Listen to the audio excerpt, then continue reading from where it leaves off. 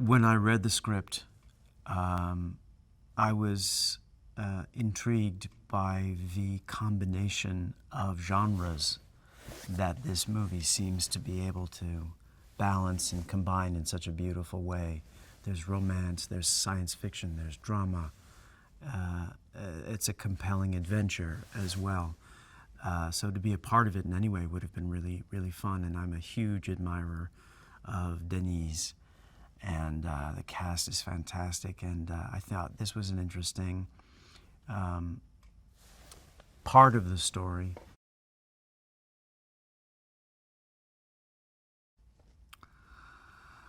I think Halpern is used to dealing with geniuses all day long, and perhaps he's a kind of brilliant example of somebody who is skillful at facilitating other people's geniuses.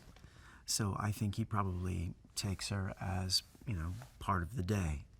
I think he understands that she's as brilliant as she is. I think he understands that everybody wouldn't be here if they weren't who they are.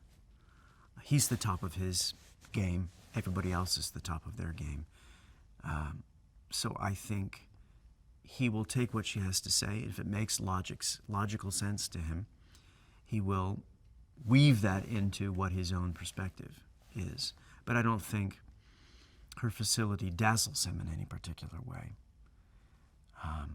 At least I don't think so.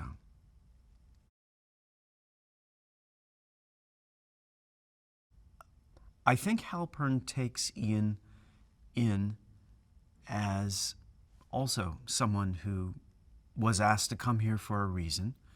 So if he has some information that is helpful under these circumstances, I'm all ears. I'm really just trying to make the situation as safe as possible for everyone and report back to the President and the State Department. I think he's used to being in high-stress situations, so no matter what kind of energy comes at him, he can take that and filter it through what he has to do and make very logical decisions under pressure. I think that's what he does all the time.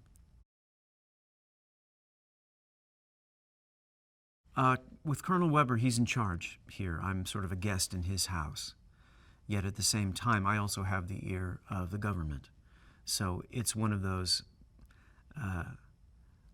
frenemy relationships, I suppose, between the military and the CIA. Who has the power at any particular moment? Who has the might? What do we need to know? What information do we need to get us where we all want to go? He's responsible for physical safety domestically. I'm responsible for it internationally. So we have different territories, yet at the same time, I'm a guest in his house, and I understand that. I have a huge respect for Denis, and I love his movies. I love the way he creates mood and picture and a visual vocabulary of the camera. And I've always been impressed with him, and to get a chance to be on set with him has been a treat.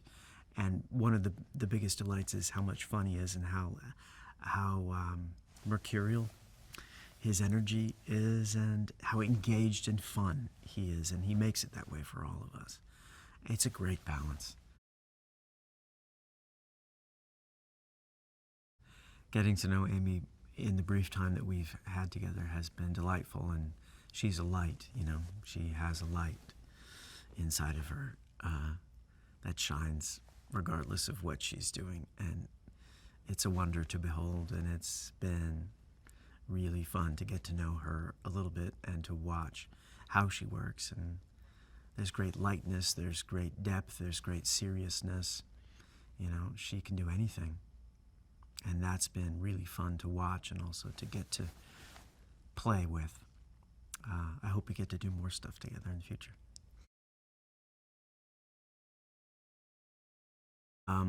It's a fascinating predicament to be in, to find yourself in a room on one side of a glass partition speaking to an alien being and trying to find some way to communicate with them so that you can understand why they're here. Placing yourself in that situation is an odd feeling. So you can imagine what Louise is going through in those circumstances, even though linguistics is her specialty.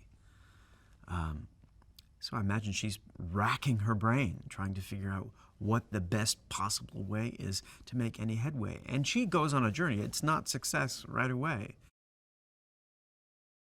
Did you know that filming on the Hunger Games Catching Fire left Jennifer Lawrence temporarily deaf in one ear? Sorry? What's that you said? For this and more movie facts, click on more videos. But if you want something else, click on the playlist.